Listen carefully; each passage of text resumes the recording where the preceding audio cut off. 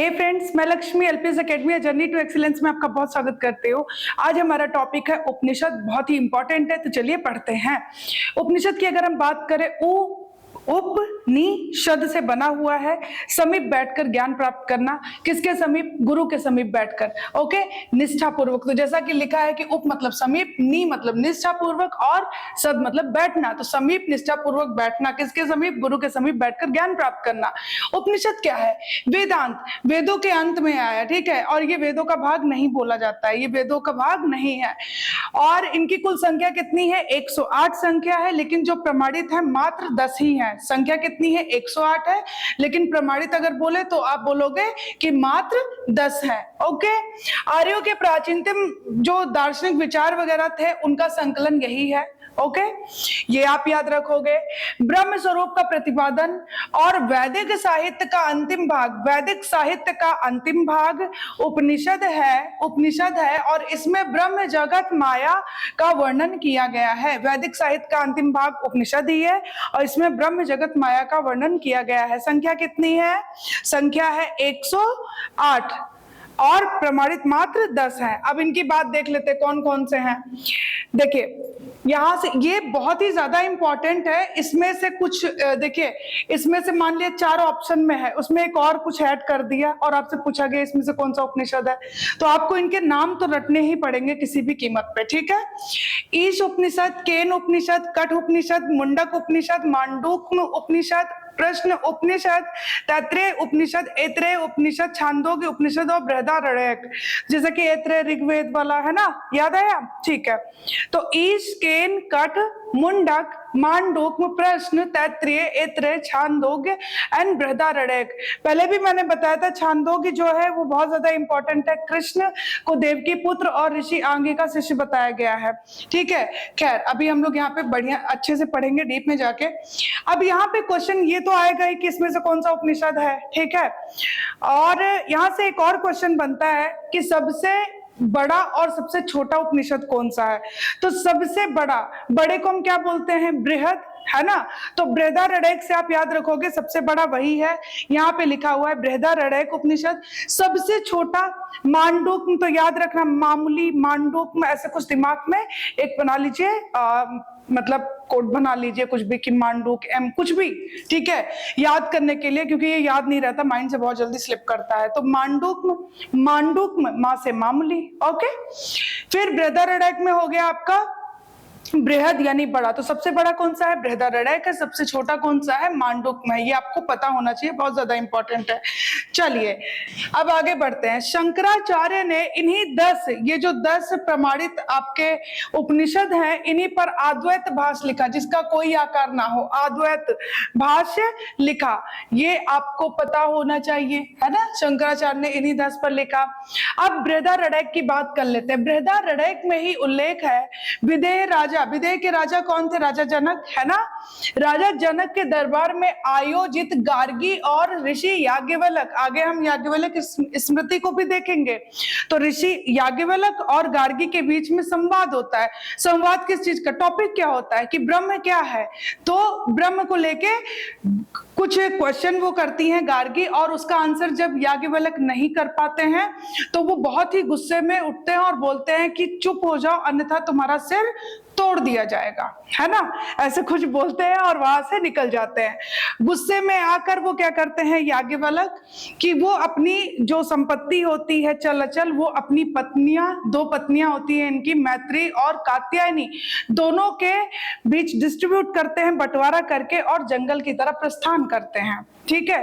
तो याज्ञवल्क बहुत गुस्सा करते हैं और वो इस तरीके की घर पे भी आके गुस्सा, बाहर का गुस्सा घर पे ठीक है। तो ऋषि याज्ञवल्क के मध्य और गार्गी के मध्य संवाद का उल्लेख है, ब्रह्म स्वरूप का प्रतिपादन, ठीक है। और उन्होंने कुछ क्वेश्चन किया, ये आंसर नहीं कर पाए तो उनको गुस्सा आया। ओके, फिर आ जाइए अब ईश। और सबसे बड़ा बृहदारण्यक है ना, बृहद है। ओके, छोटा कौन सा? मांडूक, मामूली। ओके, ईश उपनिषद की अगर बात करें, ईश ईश्वर। ओके, यहाँ पे जो ये ईश्वर शब्द है ना, ये ईश्वर ब्रह्म से ही रिलेटेड है, ये याद रखिएगा। ये यजुर्वेद से संबंधित है। विषय क्या है? ईश्वर के अस्तित्व की व्याख्या करना, यही इसका टॉपिक है। ठीक है, निष्काम काम कर्म योग सिद्धांत का प्रतिपादन किया गया है। संसार को माया बताया गया है इसमें। ओके, और निष्काम कर्म योग भगवत गीता में भी, श्रीमद् भगवत गीता में भी इसका है ना, निष्काम कर्म योग सिद्धांत। तो इसका प्रतिपादन किया गया और संसार को क्या बताया गया? माया जाल बताया गया है। तो ईश किससे संबंधित है? यजुर्वेदा से संबंधित है, ये भी आपको पता होना चाहिए। चलिए आगे बढ़ते हैं।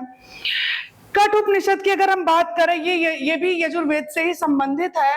यम और ऋषि नाचिकेता, देखिए यम और ऋषि नाचिकेता के मध्य संवाद है, जिसे बृहदारण्यक में गार्गी और याज्ञवल्क्य के बीच है। यहाँ पर किसके बीच है? यम और नाचिकेता के बीच में संवाद है। यम द्वारा नाचिकेता को कुछ बातें बोली जाती हैं, कुछ ज्ञान दिया जाता है आत्मा के संबंध में, कुछ उपदेश देते हैं। ठीक है, और उन्हीं उपदेशों का वर्णन इस कठ उपनिषद में है। तो आपके दिमाग में ये होना चाहिए, यम और नाचिकेता के मध्य जो संवाद है वो कहाँ पे है? कठ में है। ठीक है, ओके। ऋषि नाचिकेता के पुत्र कौन है? आरुणि, ये भी पता होना चाहिए क्योंकि आरुणि आगे भी इनका नाम आएगा। ठीक है, श्वेताश्वतर की बात करें तो याद रखिएगा यजुर्वेद से संबंधित है। भक्ति का सर्वप्रथम उल्लेख आपके श्वेताश्वतर में ही आता है, और भगवान शंकर का प्राचीनतम उल्लेख कहीं मिलता है तो इसी में ही मिलता है। ना केवल ये ओम नमः शिवाय जो शैव धर्म का मूल मंत्र है, उसका भी उल्लेख सर्वप्रथम आपका इसी में मिलेगा, श्वेताश्वतर उपनिषद में मिलेगा। ठीक है, अब आते हैं छांदोग्य उपनिषद, सामवेद से संबंधित है। देखिए छांदोग्य उपनिषद भगवान श्री कृष्ण को देवकी पुत्र और ऋषि आंगी का शिष्य बताया गया है। इंपॉर्टेंट है ना। और ब्रह्म और आत्मा की अभिन्नता के विषय में उद्दालन आरुणि और उनके पुत्र श्वेत केतु, आरुणि और उनके पुत्र श्वेत केतु। आरुणि किसके पुत्र हैं फिर? ऋषि नाचिकेता है ना, आगे है ना नाचिकेता और ऋषि नाचिकेता और उनके बीच, यम के बीच जो संवाद होता है कठ में। ओके, तो ब्रह्म और आत्मा की अभिन्नता के विषय में उद्दालन आरुणि और उनके पुत्र श्वेत केतु के मध्य संवाद मिलता है। तो आपको 2-3 बार जब आप पढ़ेंगे तो याद हो जाएगा। नोट्स जरूर बनाइए, नहीं बनाएंगे तो बाद में बहुत पछताएंगे। चलिए अब आते हैं मुंडकोपनिषद। वो मांडूक में है, ये मुंडकोप है, याद रखिएगा। अथर्ववेद, अब यहाँ से हमारा जो शब्द है, प्रसिद्ध शब्द है सत्यमेव जयते, वो यहीं से लिया गया है, मुंडकोप से। इसको रट लीजिएगा, कई बार पूछ चुका, आगे भी पूछेगा। असतो मां सद्गमय, अंधकार से उजाले की तरफ। ठीक है, चलिए तो असतो मां सद्गमय का उल्लेख इसमें है, ये बहुत ज्यादा इंपॉर्टेंट है। अब आ जाइए वेदांग। वेदांग को देखेंगे हम लोग, वेदों के अंग। देखो ये वेदों के अंग नहीं है, लेकिन इनको बोला गया कि वेदों के अंग है। किसने बोला? पाणिनि ने बोला है ना, पाणिनि ने लिखी है ना अष्टाध्यायी। ठीक है, देखिए वेदांग की बात करें, वेदांग, फिर से मैं बोल रही हूँ कि जब हम लोग बोलते हैं कोशिका पढ़ते हैं, ठीक है, तो कोशिकांग यानी कोशिका के अंग है ना, सेल ऑर्गेनेली। वैसे वेदांग वैदिक साहित्य का अंग नहीं है, लेकिन इनको समझने में, इन वेदों को समझने में इससे बड़ी ज्यादा सहायता मिलती है। सम्राट महापद्म नंद के दरबारी और राज पुरोहित पाणिनि ने वेदों के 6 अंग बताए हैं।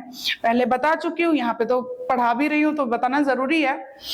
अब याद करने का तरीका, आंखों में हमारे क्या होती है? ज्योत होती है। अगर ज्योति ही ना रहे तो हम देख नहीं पाएंगे, है ना। तो आंखों को क्या बोला गया है? वेदों की आंख बोला गया है ना। ज्योतिष क्या बोला गया? ज्योतिष। ओके, तो यहाँ पे लिखा ना ज्योतिष। शिक्षा, हमें क्या शिक्षा दी जाती है कि कभी भी नाक मत कटवा देना, बेइज्जती मत करवा देना। तो शिक्षा, वेदों की नाक क्या है? शिक्षा। ठीक है, फिर उसके बाद व्याकरण, कोई चीज आप बोलते हो मुंह, ठीक है, तो ये वेदों की मुंह क्या है? व्याकरण। ओके, 3 हो गया। कान, वेदों का कान क्या है? निरुक्त। ओके, कानों को बोला गया है। उसके बाद आ जाइए हाथ, कल्प, कार्य, तो कर्म कांड वगैरह हम हाथ से ही करते हैं, तो कल्प यानी वेदों की हाथ, कल्प। ओके, पैर, छंद, छम छम छम छन छन, मतलब पायल हम पैरों में ही पहनते हैं, तो वेदों का पैर, छंद। ठीक है, हो गया। तो यहाँ पे भी देख लीजिए, शिक्षा यानी नाक नहीं कटवाना है, ज्योतिष आंखों में ज्योति है, वेदों का व्याकरण मुंह, ठीक है, कल्प यानी हाथ, छंद यानी पैर, और निरुक्त यानी कान। तो ये आपको ऐसे याद रखना है। तो 6 अंग है, शिक्षा, ज्योतिष, व्याकरण, कल्प, छंद एंड निरुक्ता। ये आपको याद रखना है, बहुत इंपॉर्टेंट है। अब देखिए पाणिनि ने सबसे पुरानी, सबसे व्याकरण पे लिखी सबसे पुरानी पुस्तक, अब व्याकरण क्या है, वेदों का मुंह, संस्कृत में लिखी गई प्राचीनतम पुस्तक है अष्टाध्यायी, पाणिनि ने लिखी। इसी अष्टाध्यायी पर ही टीका करेंगे कौन कौन करेगा, महाभाष्य लिखेंगे ना पतंजलि। पुष्यमित्र शुंग के दरबारी थे पतंजलि, और इन्होंने महाभाष्य लिखी जो कि क्या थी, अष्टाध्यायी पर ही टीका थी। ओके, चलिए फिर आ जाइए ज्योतिष। अब वेदों की आंख क्या है, ज्योतिष, आंखों में ही ज्योति होती है। तो ऋषि लगद ने ज्योतिष वेदांग सूत्र लिखी है, रट लीजिएगा, ठीक है। वेदों की नाक है शिक्षा, नाक है क्या, शिक्षा। प्राचीनतम ग्रंथ है किस पर, प्रतिशाख सूत्र, ठीक है। फिर आ जाइए निरुक्ता, भास्कराचार्य। भास्कराचार्य क्या है, गुप्ता पीरियड के हैं, गुप्त काल के, गुप्ता काल यानी 319, है ना, तो गुप्ता काल के हैं। और उपनाम इनका है यास्क। इन्होंने, इनकी जो कृति है, इन्होंने जो लिखा है वो लिखा है निरुक्ता, भाषा शास्त्र पर लिखी गई प्राचीनतम पुस्तक है, ठीक है, निरुक्त। तो भास्कराचार्य का नाम आपको याद रखना है। ओके, अब आ जाते हैं स्मृतियों की बात करते हैं। हमने वेदांग देख लिए, वेदों के अंग, अब हम बात करेंगे स्मृतियों की। देखिए धर्मशास्त्र भी इन्हें कहा जाता है, क्या कहा जाता है, धर्मशास्त्र भी कहा जाता है। हिंदू धर्म से संबंधित प्राचीनतम कानून स्मृति ग्रंथों में ही दिए गए हैं, पहली बात। धर्म सूत्र साहित्य में कालांतर में स्मृति ग्रंथों का विकास हुआ, इसीलिए इसे धर्मशास्त्र की संज्ञा दी गई। धर्म सूत्र साहित्य से ही बाद में यानी कालांतर में स्मृति ग्रंथों का विकास हुआ, इसीलिए इन्हें धर्मशास्त्र की भी संज्ञा दी गई।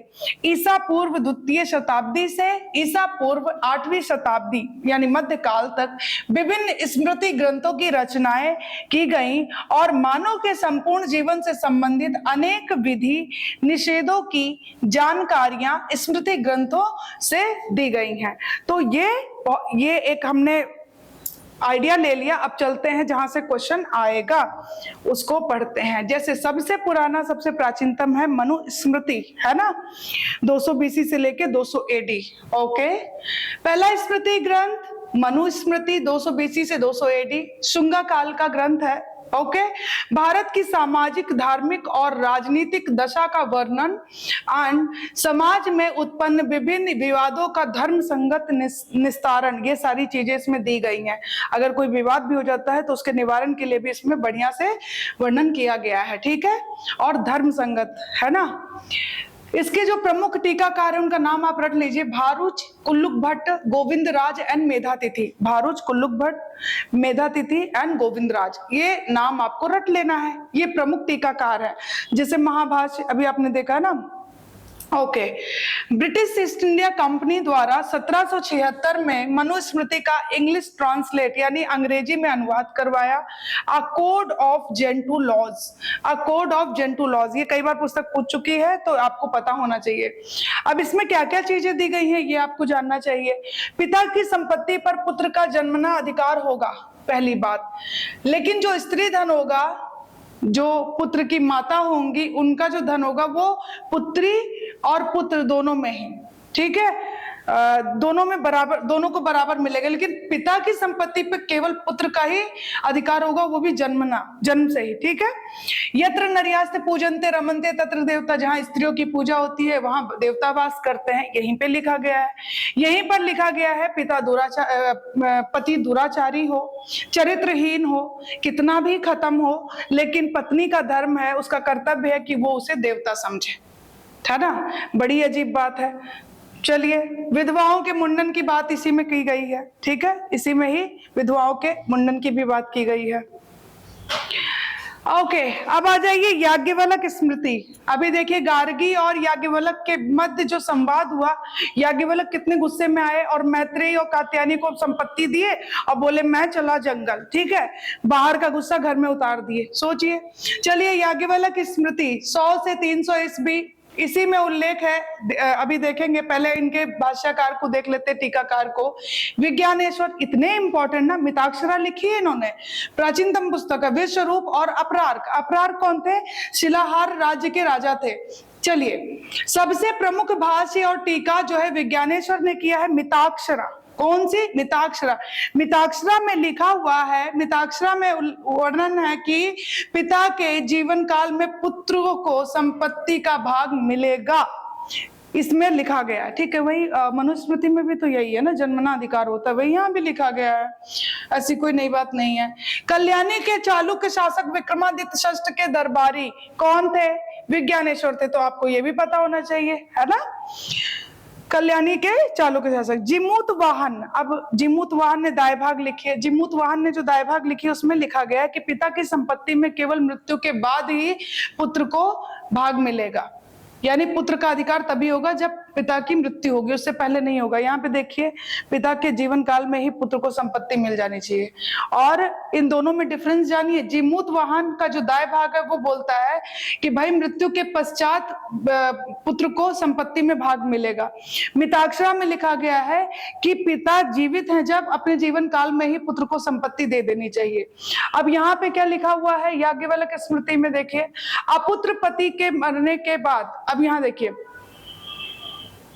पहले ये देख लीजिए इससे संबंधित, पुत्र को पिता की संपत्ति पर जन्मना अधिकार है, बता चुके हूं पहले, ठीक है, ओके। अब देखिए याज्ञवल्क्य स्मृति पे आते हैं। अपुत्र पति के मरने पर ऐसी स्त्री जिसका पति का मृत्यु हो गया हो, उसका कोई पुत्र ना हो, ऐसी स्त्री की बात कर रही हूं। तो ऐसी स्त्री अपनी चल अचल संपत्ति, तो अगर उसका पति, उसके हस्बैंड की डेथ हो गई है तो वो स्त्री को ही, मतलब जो विधवा होगी उसी को ही पूरी संपत्ति मिलेगी, वही लिखा हुआ है।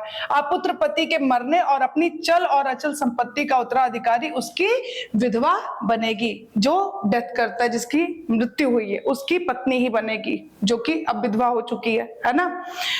पुत्र को पिता की संपत्ति में जन्मना अधिकारी आपने देख लिया। अब देखिए, कायस्थ शब्द का सर्वप्रथम उल्लेख आपको याज्ञवल्क्य में मिलेगा, लेकिन अगर ये बोला जाए कि एक जाति के रूप में, तो आपको ये जाति के रूप में उल्लेख मिलेगा ओशन स्मृति में, ये आपको पता होना चाहिए, ठीक है। तो हमने याज्ञवल्क्य स्मृति को देखा, फिर उसके बाद भाष्यकार विज्ञानेश्वर को देखा, उनकी मिताक्षरा में क्या क्या चीजें हैं, फिर हमने जिमूत वाहन का दाय भाग देखा, उसमें क्या लिखा हुआ है। ओके, अब आगे बढ़े, चलिए। नारद स्मृति की हम बात करें, नारद स्मृति का टाइमिंग है 300 से 400 ईस्वी, और ये कब की है? देखिए, गुप्त काल की, 319 से 550, है ना। गुप्त काल के बारे में जानकारियां मिलती हैं यहाँ से, विशेषकर समाज में उत्पन्न विभिन्न विवाद और उसके निस्तारण संबंधी प्रावधान शामिल है इसमें। नारद स्मृति कैसे याद रखेंगे, इतना सारा है ना। जैसे मौर्य वंश के बारे में कहाँ से जानकारी मिलती है? नारद। तो नारद क्या करते थे? नारायण नारायण। गुप्ता पीरियड में विष्णु का ही बोलबाला था ना, विष्णु बहुत ज्यादा प्रमुख हो गए थे। तो गुप्त काल और नारद, ऐसे कुछ याद रखिएगा, ठीक है, ओके। गुप्त काल के बारे में जानकारी मिलती है, विशेषकर समाज में उत्पन्न विभिन्न विवाद और उसके निस्तारण संबंधी प्रावधान शामिल है। हर चीज के लिए जब तक कोड नहीं बनाएंगे, जब तक एक ट्रिक नहीं बनाएंगे, नहीं याद रहेगा, ये माइंड से बहुत जल्दी स्लिप करता है। तो आप लोग को जो बेहतर लगे, दासता से मुक्ति का सर्वप्रथम प्रावधान आपको नारद स्मृति में ही मिलेगा। स्त्री को द्वितीय विवाह का अधिकार इसमें दिया गया है, लेकिन कुछ शर्तें भी हैं, ऐसा नहीं है कैसे कर लेगी शादी, ये तो अपराध हो जाएगा। द्वितीय विवाह कब करेगी? पति की मृत्यु हो गई हो, है ना, प्रवाजित हो गया हो, यानी कि विदेश वगैरह चले गए हो, वापस ना आए हो, जाति से पतित हो गए हो, और या नपुंसक हो, तो ये कुछ कंडीशंस हैं, तभी वो दूसरा विवाह कर सकती है स्त्री, ओके। तो ये आप याद रखिएगा। नारद, नारायण नारायण वही करते थे। गुप्ता काल, गुप्त काल में आपको पता है विष्णु, है ना, ओके। वैष्णव धर्म को काफी आगे बढ़ते हैं। देवल स्मृति 650 से 1000 ईस्वी, यह पूर्व मध्यकाल की रचना है। देवल स्मृति, किसी हिंदू को अगर इस्लाम धर्म स्वीकार करवा दिया गया है, ठीक है, और उसे दोबारा से हिंदू धर्म में आना है, तो ऐसा प्रावधान इसमें दिया गया, पुनः वह हिंदू बनने का प्रावधान है। अब शर्त यह है कि वो अपनी मर्जी से ना गए हों, है ना, जबरदस्ती उनको इस्लाम धर्म या कोई भी धर्म स्वीकार करवाया गया हो। तो किसी हिंदू को इस्लाम धर्म स्वीकार करवा दिया गया हो और उन्हें पुनः हिंदू बनना है, तो ऐसा प्रावधान देवल स्मृति में दिया गया है। तो ये पूर्व मध्यकाल की रचना है देवल स्मृति। तो हमने देख लिया, चलिए आगे बढ़ते हैं। अब हम लोग देखेंगे पुराण साहित्य, बहुत ज्यादा इंपॉर्टेंट है।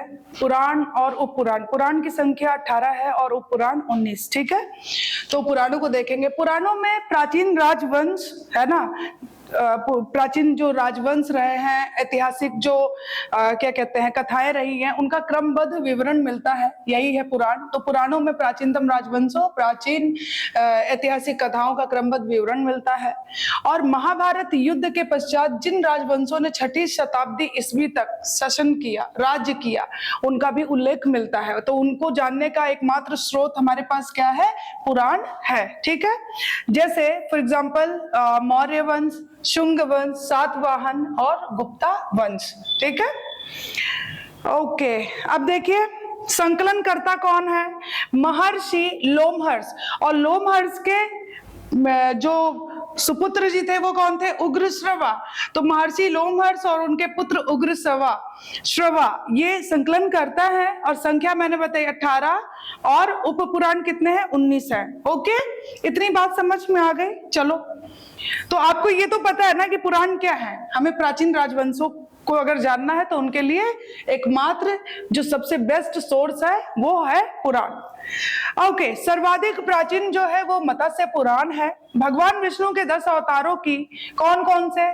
मत्स्य, कूर्म या कच्छप या कछुआ, है ना, वाराह, वामन, बौना जो था अवतार, सूकर, परशुराम, राम, बलराम, बुद्ध एंड कल्कि। ओके, ये अवतार है। तो ये 10 अवतारों का भी उल्लेख है। आगे बढ़े। विष्णु पुराण, आप देखिए विष्णु, तो विष्णु के ही अवतार हैं कौन? कृष्णा, है ना, और राम भी उन्हीं के अवतार है। तो कृष्णा क्या करते थे? मोर पंख लगाते थे अपने सिर पे, मुकुट में। तो विष्णु पुराण मौर्य वंश के बारे में जानकारी मिलती है। मत्स्य, तो मत्स्य 7 वाहन 7 समुंदर, है ना। तो ये याद रखिएगा, मत्स्य पुराण 7 वाहन। वायु पुराण, वायु गुप्त रहती है, देख पाते हो, फील कर पाते हो ना। तो वायु पुराण से गुप्त वंश की जानकारी मिलती है। और मत्स्य और वायु दोनों से ही मिलती है शुंग वंश के बारे में जानकारी, ठीक है। यहां से क्वेश्चन आता है, याद कर लेना। ओके, चलो अब आते हैं वामन पुराण पर। वामन पुराण क्या है? भगवान शंकर के अनुयायियों को 4 संप्रदायों से संबंधित बताया गया है। और ये जो 4 संप्रदाय हैं कौन कौन से हैं? शैव, वैष्णव, कापालिक, कालामुख या अघोरी, है ना। पशुपत जो है वो लकुलिश है, इसके गुजरात के कायारोहण में इनका जन्म हुआ था। और लकुलिश को 28वां अवतार भी बताया जाता है भगवान शिव का। ओके, आगे बढ़े। मैंने शैव धर्म पढ़ाया भी है, मैं डिस्क्रिप्शन में लिंक डलवा दूंगी, आप लोग देख लेना, ठीक है, वहां पे अच्छे से पढ़ाया है। वीर शैव की बात करें, लिंगायत संप्रदाय, वीर शैव या लिंगायत संप्रदाय, बसव, और इन्होंने, बसव ने क्या किया? कन्नड़ क्षेत्र में यानी कर्नाटक, कन्नड़ क्षेत्र में इसका प्रचार प्रसार किया, ठीक है। अब आ जाइए प्रमुख स्मृतियों को देख लेते, बहुत ज्यादा इंपॉर्टेंट है। प्रमुख स्मृति ग्रंथ में मनु स्मृति, है ना, जिसमें 8 प्रकार के विवाह का उल्लेख किया गया है। तो हमने प्रमुख स्मृतियां देखी और अब हम देखेंगे 8 प्रकार के जो विवाह हैं, जिसमें से 4 मान्य हैं और 4 अमान्य हैं। तो 8 प्रकार के जो विवाह हैं, 4 जो मान्य हैं उनकी बात करते हैं पहले। ब्रह्म, देव, आर्ष, प्रजापत्य। ब्रह्म विवाह जो है वो प्रशंसनीय है। कन्या के वयस्क होने पे, जब कन्या वयस्क हो जाती थी तो उसके जो पिता है वो उसके लिए वर खोजकर और उसका विवाह कर देते थे। तो ये हो गया ब्रह्म विवाह, प्रशंसनीय है। ये भी प्रशंसनीय है। देव विवाह, यज्ञ करने वाले पुरोहित से ही कन्या का विवाह करवा दिया जाता था, इसको हम बोलते हैं देव। अर्ष की बात करें, कन्या के पिता द्वारा यज्ञ कार्य के लिए 2 गाय या 2 बैल के बदले में कन्या का विवाह करवा दिया जाता था, ठीक है। तो ये हो गया अर्ष। प्रजापत्य की अगर बात करें तो स्वयं कन्या के पिता से कन्या का हाथ मांग के, ठीक है, मतलब इस तरीके की वचन देके कि हम आपकी पुत्री को बहुत ही सुखी रखेंगे, कभी कोई कष्ट नहीं आने देंगे, है ना। तो प्रजापत्य विवाह में स्वयं कन्या के पिता से उसकी पुत्री का हाथ मांग के।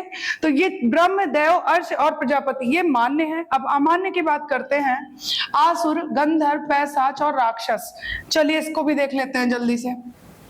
आसुर की बात करें, कन्या के पिता से धन के बदले में, कन्या के पिता से धन के बदले में जो है उसका हाथ मांग लेना। एक तरीके से मुझे आप बोल सकते हो कि बिक्री हो रही है ना। ओके, कितना बेकार है ये आसुर। और गंधर्व विवाह को देखिए, प्रेम विवाह है एक तरीके से, मतलब पेरेंट्स को पता नहीं रहता था, माता पिता को। ठीक है, पैशाच की बात करते, विक्षिप्त कन्या यानी बेहोशी में है या सोई हुई है तो ऐसी अवस्था में उसके साथ सहवास कर लेना और उसके बाद विवाह, सबसे घटिया है ना। राक्षस विवाह, यहाँ पे क्या है, कन्या का अपहरण कर लेना, जबरदस्ती शादी कर लेना उससे, ठीक है, अपहरण करके। तो आसुर में देखा कन्या के पिता से, मतलब एक तरीके से कन्या को खरीदा जा रहा है। गंधर्व में प्रेम विवाह है ये। और पैशाच विक्षिप्त यानी कि जो सोई हुई है या फिर वो बिल्कुल होश में नहीं है, उसके साथ संबंध बनाना। और राक्षस विवाह में कन्या का अपहरण कर लेना। ठीक है, तो ये 4 ऐसे हैं जो अमान्य हैं। अब आ जाते हैं हम लोग 16 संस्कारों पे। तो हमने 8 प्रकार के विवाह भी देख लिए। 16 संस्कार क्या है, देखिए, जन्म से लेकर मृत्यु के बाद तक जो संस्कार होते हैं उनको हम बोलते हैं 16 संस्कार। तो सबसे पहले जन्म, यानी कि माँ के गर्भ में आ गए हैं तो उसको बोलते हैं गर्भाधान, जीव माँ के गर्भ में प्रवेश कर चुका है। दूसरा आ गया पुंसवन। पुंसवन क्या होता है, गर्भ का तीसरा महीना। गर्भ का तीसरे महीने में क्या होता है, पुत्र प्राप्ति के लिए कामना की जाती है, उसको हम बोलते हैं पुंसवन। सीमंतोनयन में क्या होता है, गर्भिणी को जो माता होगी उसको अनिष्टकारी शक्तियों से बचाने के लिए कामना की जाती है। और उसके बाद आता है जात कर्म। जात कर्म कब होगा कि भाई ये जो जन्म का पहला संस्कार होगा उसको हम बोलते हैं जात कर्म बोलते हैं। ओके, फिर आ जाइए नामकरण। जन्म के 10वें दिन नामकरण होगा। तो गर्भाधान, पुंसवन, सीमंतोनयन, जात कर्म और नामकरण। माँ के गर्भ में आया, गर्भ का तीसरा महीना हुआ, फिर हो गया अनिष्टकारी शक्तियों से बचाव के लिए सीमंतोनयन, फिर आ गया जात कर्म, जन्म का पहला संस्कार, और नामकरण जन्म के 10वें दिन।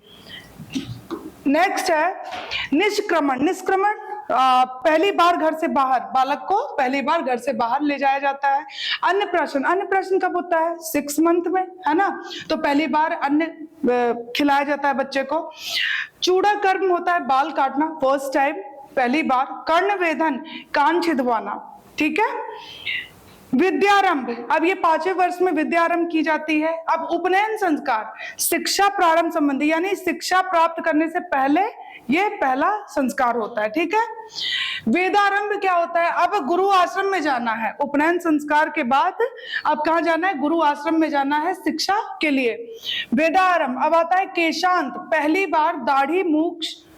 वेदारंभ में गुरु आश्रम में जाएंगे, किस लिए, वेदों की शिक्षा के लिए ना, वेदों का ज्ञान लेंगे। अब केशांत की बात करें, केशोकांत हो रहा है, देखिए पहली बार दाढ़ी मूछ। और ये किस अवस्था में, 16 वर्ष की अवस्था में पहली बार दाढ़ी मूछ बनवाया जाता था। समावर्तन यानी स्नान करवा दिया गया है भाई, अब वो हो गए हैं ग्रेजुएट, कहाँ पे, गुरु आश्रम में ही। ओके, फिर आएंगे अब उनका विवाह होगा। और विवाह के बाद अब अंत्येष्टि, मतलब मृत्यु के बाद जो संस्कार होते हैं। तो ये 16 संस्कार थे जो बहुत ही ज्यादा इंपॉर्टेंट हैं। और हमने काफी कुछ आज कंप्लीट किया, पुराण भी हो गए हमारे ठीक ठाक से, और स्मृतियां भी हमने कर ली। ओके, तो मिलते हैं नेक्स्ट वीडियो में। उम्मीद करती हूँ आपको वीडियो अच्छा लगेगा। Thank you so much.